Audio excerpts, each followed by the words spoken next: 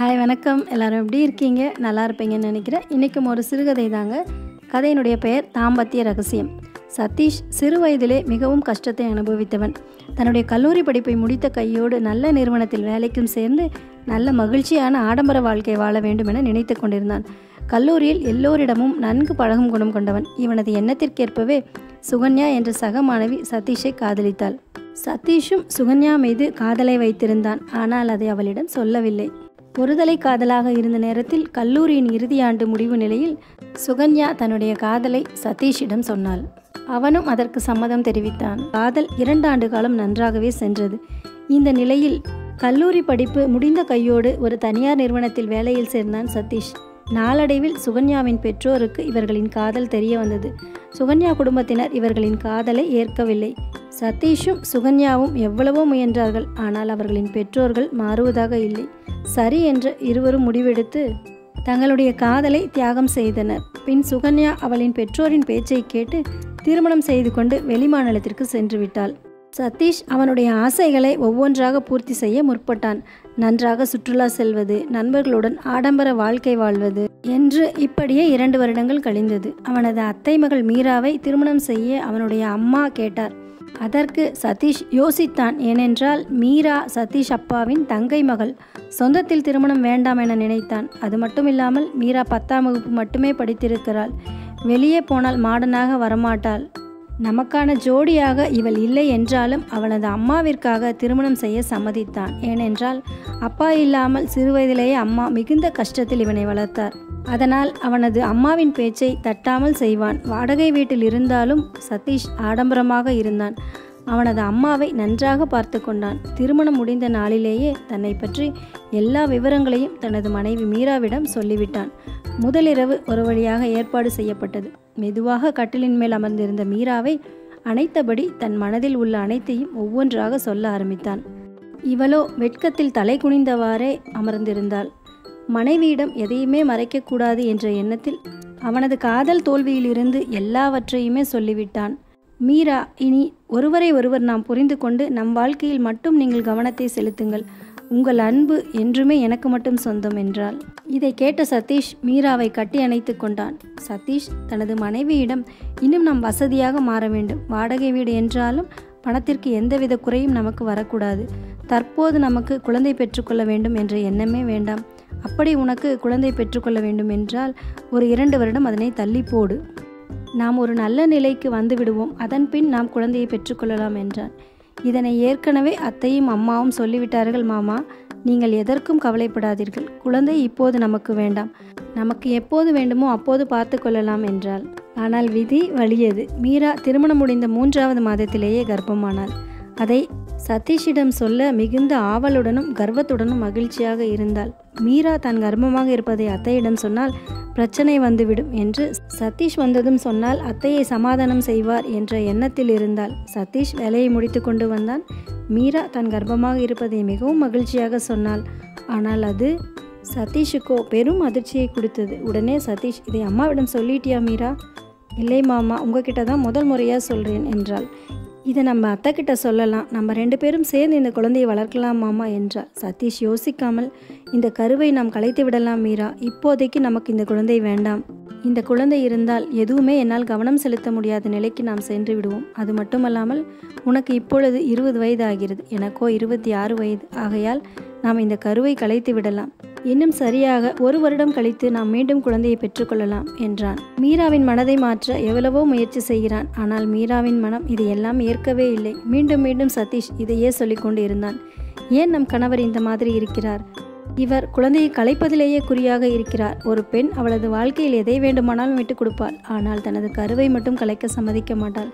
ஆனால் சதீஷ் இதை ஏற்கவே இல்லை. இதை பற்றி அம்மாவிடம் சொன்னால் அவ்வளவுதான் மீரா என்று மிரட்டிக்கொண்டே இருந்தான். மீராவும் வேறு வழியில்லாமல் கருவை கலைக்க சம்மதம் தெரிவித்தாள்.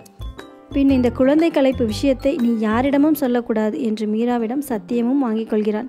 கருக்கலைப்பு மாத்திரைகளை மீராவிற்கு கொடுத்து கருவை கலைத்தான். அவன் கலைத்தது கருவை மட்டுமல்ல, அவளது வாழ்க்கையில் நடக்கப் போகும் அனைத்து சந்தோஷங்களையும் என்பதை சதீஷ் உணரவில்லை. தனது வயிற்றில் உயிர் பெற்ற முதல் குழந்தையை கலைத்து விட்டோம் என்ற எண்ணமோ மீராவை அதிகமாக பாதித்தது. தான் ஒரு கொலை குற்றவாளி என்று நினைத்து கொண்டு மனவேதனையில் இருந்தால் மீரா. அவளின் அடக்க முடியாத கோபம், வெறி என எல்லாமே அவளுடைய ஆழ்மனதில் தீயாக எரிந்து கொண்டிருந்தது. அப்படியே 3 மாதங்கள் சென்றது. நான் தாம்பத்திய உறவில் ஈடுபட்டாலும் நமக்கே தெரியாமல் மீண்டும் குழந்தை உருவாகினால் என்ன செய்வது? அப்படி உருவாகிவிட்டாலும் நம் கணவர் மீண்டும் கருவை கலைக்க சொல்லிவிடுவாரே என்ற அச்சத்தில் நிலை தடுமாறினாள் மீரா. குடும்ப வாழ்க்கைக்கு தாம்பத்திய உறவு இன்றியமையாதது. அந்த தாம்பத்திய உறவு நடைபெறவில்லை எனில் கணவன் மனைவியிடையே சண்டைகளும், எதற்கெடுத்தாலும் கோபமான வார்த்தைகளும், விட்டு கொடுத்து செல்வது, மன அழுத்தம், நிம்மதி, சந்தோஷம் என்ற சகலமும் பறிபோகும். மொத்தத்தில் இல்வாழ்க்கை நரகமாக மாறி கணவன் மனைவி பிரிய நேரிடும் என்ற நிலைக்கே எடுத்து சென்றுவிடும். அந்த அளவிற்கு கணவன் மனைவி தாம்பத்திய பலம் பெற்றது. மீரா என்னதான் சமாதானம் செய்து கொண்டாலும் கணவனுடன் சேர்ந்து சந்தோஷமாக வாழ அவளுக்கு மனம் வரவில்லை. சதீஷும் மீராவின் மனநிலையை புரிந்து கொண்டு அமைதியாக இருந்தான். ஆனாலும் மீரா மீது சற்று கோபமாக இருந்தான். சிறிது காலம் தாம்பத்திய உறவு வேண்டாம் என்று சொல்லிவிடுவது நல்லது என்று மீரா தீர்மானித்தாள். அதன்படியே அவள் மனதில் நினைத்தது சதீஷிடமும் சொல்லிவிட்டாள்.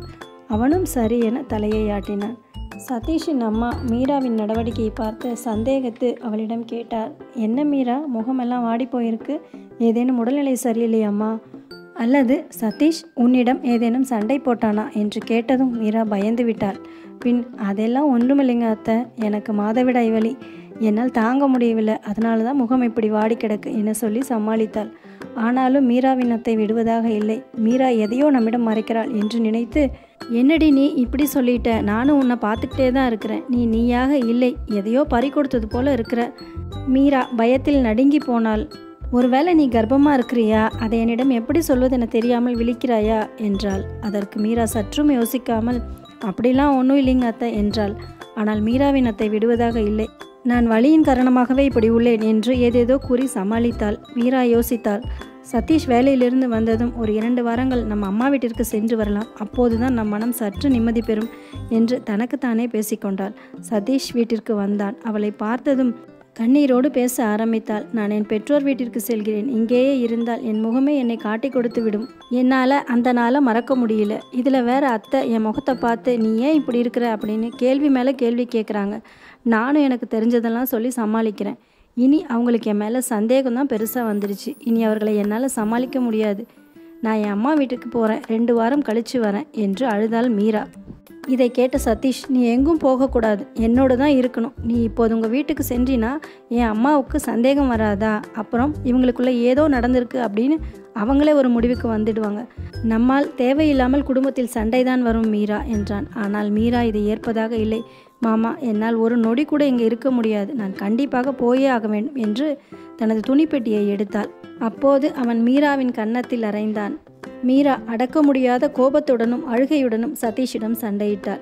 இவர்களின் சண்டையின் சத்தம் அடுத்த அறையில் இருந்த சதீஷ் அம்மாவின் காதுகளில் விழுந்தது. அவர்கள் அறைக்கு ஓடி வந்து கதவை தட்டினாள். சதீஷ் கதவை திறந்தான். ஏன் இப்படி சண்டை போடுறீங்க? இருவருக்கும் என்னதான் பிரச்சனை? சதீஷ் மீதான கோபத்தை அவர் அம்மாவிடம் காட்டினாள் மீரா. இது எங்களுடைய தனிப்பட்ட விஷயம், இதில் நீங்கள் தலையிட வேண்டாம் என்று முகத்தில் அடித்தாற்போல் மீரா சொன்னாள். இதை சற்றும் எதிர்பார்க்காத சதீஷின் அம்மா, உன்னை போய் என் பையனுக்கு கட்டி வச்சேன் பாரு, இது என்னோட முதல் தப்பு, இப்படி பஜாரி மாதிரி கத்துற. இங்கே பாரா சதீஷ், நான் உங்கள் மேலே சந்தேகப்பட்டது இப்போ சரியாக தான் போச்சு என்றாள். ஆனால் சதீஷ் அப்படிலாம் ஒன்றும் இல்லைம்மா என்றான். அதற்கு மீரா சத்தமாக, அவர்களை இங்கிருந்து போக சொல்லுங்க மாமா, இல்லைன்னா நடக்கிறதே வேற என்றாள். சதீஷ் கோபத்தில் மீண்டும் மீராவை அடித்தான். அம்மாவை விட்டு தர சதீஷுக்கு மனம் வரவில்லை. இனி நான் இந்த வீட்டிற்கே வரமாட்டேன் என்று சொல்லி அவளின் பெற்றோரின் வீட்டிற்கு சென்று விட்டாள். சதீஷ் மீரா போனதை கண்டுகொள்ளவில்லை. திருமணமான 6 மாதத்திலேயே பிரிவிற்கான முதல் அச்சாரமாக இந்த சண்டை இருந்தது. மீராவின் கோபத்தை அவன் சரியாக புரிந்து கொள்ளவில்லை. அவள் போனதை போன்றே திரும்பி வரட்டும், நான் போய் அவளை அழைச்சி வரமாட்டேம்மா என்றான். சதீஷுடைய அம்மா, என்னடா நடந்துச்சு, ஏன் அவள் இப்படி கோபத்தில் போறா என்றாள். என்னதான் நடந்ததுன்னு முதல்ல என்கிட்ட சொல்லு அப்படிங்கிறா. அவளின் அம்மாவை பார்க்க வேண்டும் என்றாள். அதற்கு நான் வரவில்லை, நீ மட்டும் போய் என்றேன். அதற்கு என்னுடன் சண்டை போட்டாள். அதனால தாம்மா அவளை அடித்தேன் அப்படின்னு சொல்கிறான். நீ போய் அவளை அழைச்சிட்டு வராத, வேணா அவளாவே வரட்டும், எனக்கு தெரியாமல் நீ அங்கே போகக்கூடாது என்றாள். சதீஷும் சரி என அமைதியாக இருந்தான். கோபமாக சென்ற மீரா நினைத்தால், நமது கணவர் நாம் இல்லாமல் ஒரு நாளும் இருக்க மாட்டார், நம்மை பார்க்க ஓடி வருவார், அப்படி வந்தால் அவரிடம் மன்னிப்பு கேட்டுக்கொண்டு அவருடனே சென்று விடலாம் என்ற எண்ணத்தில் அவளின் வீட்டில் இருந்தாள். மீராவின் அம்மா, ஏன் திடீர்னு இங்கே வீட்டுக்கு வந்திருக்கிற, ஏதாவது பிரச்சனையா மீரா? எதுவாக இருந்தாலும் என்கிட்ட சொல்லு, என்னால் முடிஞ்சதை நான் செய்கிறேன் என்கின்றார். ஆனால் அதற்கெல்லாம் ஒன்றும் இல்லைம்மா, கொஞ்சம் மாதவிடாய் வலியாக இருந்தது, அதை என்னால் தாங்க முடியல, உன்னை வேற பார்க்கணும் போல இருந்தது, அதனால தான் வந்தேன் என்று அத்தனை விஷயங்களையும் மறைத்து விட்டாள்.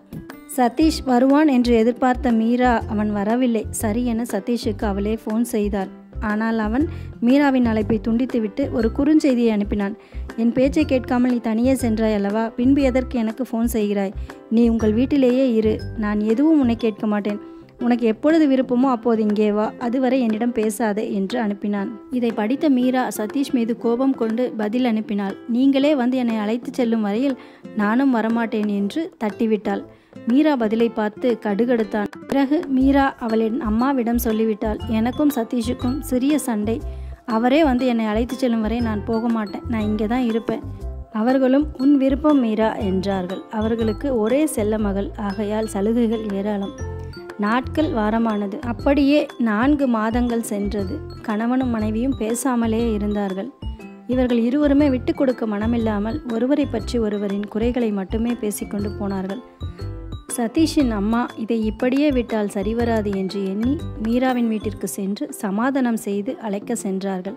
சதீஷ் மீரா வருவதை எதிர்பார்த்து அவளுக்கு பிடித்ததையெல்லாம் தயார் செய்து காத்திருந்தான்.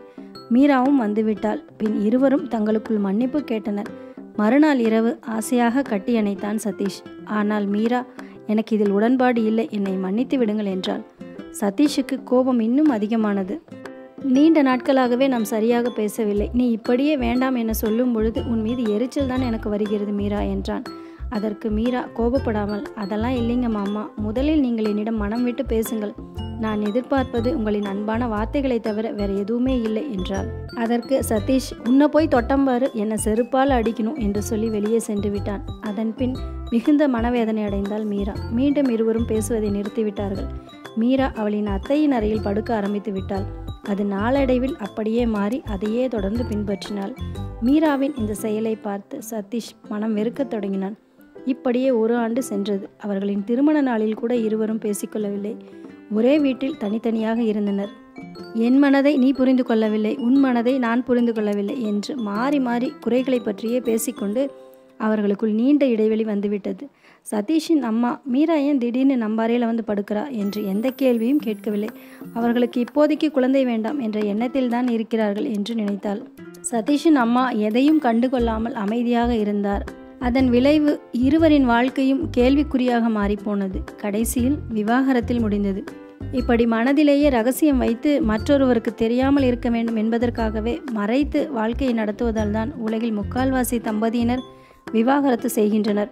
திருமணம் என்று வந்துவிட்டால் ஆண்களை விட பெண்களை மட்டுமே இந்த சமுதாயம் உற்று பார்க்கும். அவள் எப்பொழுது கர்ப்பமாகிறாள், அப்படி இல்லை என்றால் அவளுக்கு என்னென்ன பட்டங்களை சூட்டலாம் என்று பார்க்கும். இல்லற வாழ்வு என்பது கணவன் மனைவி இருவரும் ஒன்றென நினைக்க வேண்டும். எவ்வாறு கஷ்டம் வந்தாலும் அதை எதிர்த்து போராட வேண்டும். முடிந்த வரையில் மனதில் கோபத்தை தேக்கி வைத்து விடாதீர்கள், அது உங்கள் வாழ்க்கையவே அழித்துவிடும். கணவன் மனைவியிடம் சண்டை வந்தால் முதலில் நன்றாக மனம் விட்டு பேசுங்கள். எதற்கு கோபம் வந்தது, யார் மீது என்ன தவறுள்ளது என்று தெரிந்து ஒருவருக்கு ஒருவர் மன்னிப்பு கேளுங்கள். எல்லாவற்றையும் பகிருங்கள். கோபத்தை பொறுமையாக கையாளுங்கள். முக்கியமாக விட்டு கொடுத்து செல்லுங்கள். வாழ்க்கை சிறந்து விளங்கும். இந்த கதையை ஆசிரியர் இதோடு முடிக்கிறார். என்னை பொறுத்த வரைக்கும் ஒரு பெண்ணுக்கு திருமணம் அப்படிங்கிறது ஒரு 20-25 வருஷம் வளர்ந்த ஒரு மரத்தை, ஒரு செடியே இல்லைங்க, ஒரு மரத்தை வேரோட பிடுங்கி இன்னொரு இடத்துல நட்டு வைக்கிறது. செடியாக இருந்தால் ஈஸியாக எங்கே வச்சாலும் முளைச்சிக்கும். ஆனால் ஒரு மரம் அப்படிங்கிறது அப்படி இல்லை. அந்த மரம் வளர்றதும் இல்லை வளராமல் போகிறதும் அந்த பையனோட வீட்டில் இருக்கவங்களோட கையில் தான் இருக்குது. அந்த பொண்ணு வீட்டுக்கு வந்த முதல் நாளே, உங்கள் வீட்டில் நீ எப்படி வேணாலும் இருந்திருக்கலாம், ஆனால் எங்கள் வீட்டு பழக்கம் இதுதான், இதை எல்லாத்தையும் நீ மாற்றிக்கணும் அப்படின்னு தயவு செஞ்சு சொல்லாதீங்க. கொஞ்சம் ஸ்பேஸ் கொடுங்க அவளுக்கு. அவளாகவே உங்கள் வீட்டு பழக்கத்தை பார்த்துட்டு கொஞ்சம் கொஞ்சமாக தன்னை மாற்றிக்குவா. ஏன்னா ஆரம்பத்திலே நீங்கள் அவளை டைட்டாக பிடிச்சிங்கன்னா முதல் கோணம் முற்றும் கோணம் அப்படிங்கிற மாதிரி உங்கள் எல்லார் மேலேயும் அவளுக்கு வெறுப்பு தான் வரும். அதே மாதிரி பொண்ணும் வீட்டில் எவ்வளவோ செல்லமாக வளர்ந்துருந்தாலும் சரி, இப்போ தான் ஃபோன் இருக்கே, காலையில் என்ன சாப்பிட்டேங்கிறதுலேருந்து ராத்திரி தூங்க போகிற வரைக்கும் எல்லா விஷயத்தையுமே அப்பா அம்மா கிட்ட சொல்லணும் அப்படிங்கிற அவசியம் இல்லை. உங்களுக்கு எப்போ அந்த இடத்துல பிரச்சனை, உங்களால் முடியலன்னு தோணுதோ அப்போ நீங்கள் சொல்லலாம். நீங்கள் எல்லா விஷயத்தையும் சொல்ல ஆரம்பிச்சிங்கன்னா உங்களால் ஒரு சின்ன முடிவை கூட தனியாக எடுக்க முடியாது. எல்லாத்துக்கும் இன்னொருத்தருடைய சப்போர்ட்டை எதிர்பார்க்கணும். முடிஞ்ச அளவுக்கு உங்களுடைய பிரச்சனைகளை நீங்களே பேசி தீர்க்க பாருங்கள். முடியாதப்போ மற்றவங்க கிட்ட சொல்லலாம், அதில் தப்பு இல்லை. இப்போல்லாம் பார்த்தீங்கன்னா பொண்ணுக்கும் பையனுக்கும் ஏஜ் டிஃப்ரென்ஸ் பார்த்தீங்கன்னா ஒரு 2 வருஷம் இல்லை மேக்ஸிமம் 3 வருஷத்தில் பார்க்குறாங்க. அப்படி இருக்கும் பொழுது அந்த பொண்ணுக்கு என்ன மெச்சூரிட்டி இருக்கோ அதே தான் அந்த பையனுக்கும் இருக்குது. ஸோ அதனால் அந்த விட்டு கொடுக்குற பழக்கம் அப்படிங்கிறது ரொம்ப இப்போ கம்மியாக இருக்குது. நீயும் அதே படிச்சிருக்க, நானும் அதே படிச்சிருக்கேன், நீயும் அதே சம்பளம் வாங்குற, நானும் வாங்குகிறேன் அப்படிங்கிறது தான் இப்போது டைவர்ஸ்க்கு ஒரு 75% காரணம் அப்படின்னு சொல்கிறாங்க. பையனை விட இப்போ பொண்ணுக்கு ரொம்ப இரட்டிப்பு சுமை ஜாஸ்தி ஆகிடுச்சு. ஏன்னா அவள் வீட்டையும் பார்க்கணும், ஆஃபீஸும் போகணும். அப்படிங்கும் பொழுது அவளால் அந்த ஸ்ட்ரெஸ்ஸை ஏற்றுக்க முடியல. இப்போல்லாம் பொண்ணுங்க வேலைக்கு போகலை அப்படின்னு சொன்னாவே ரொம்ப சீப்பாக பார்க்கக்கூடிய ஒரு சமுதாயத்தில் தான் நம்ம இருக்கோம். ஸோ வேலைக்கு போக வேண்டிய கட்டாயம் அவங்களுக்கு இருக்குது. எந்த இடத்துல விட்டு கொடுக்கணுமோ அந்த இடத்துல விட்டு கொடுத்தும், எந்த இடத்துல விட்டு கொடுக்கவே கூடாதோ அந்த இடத்துல கொடுக்காமையும் இருங்க. ஸோ முடிஞ்ச அளவுக்கு ஈகோ பார்க்காம 2 பேரும் என்ன முடியுமோ அந்த வேலைகளை பகிர்ந்து செய்யுங்க. தாம்பத்தியம் இனிமையாகும். நன்றி, வணக்கம்.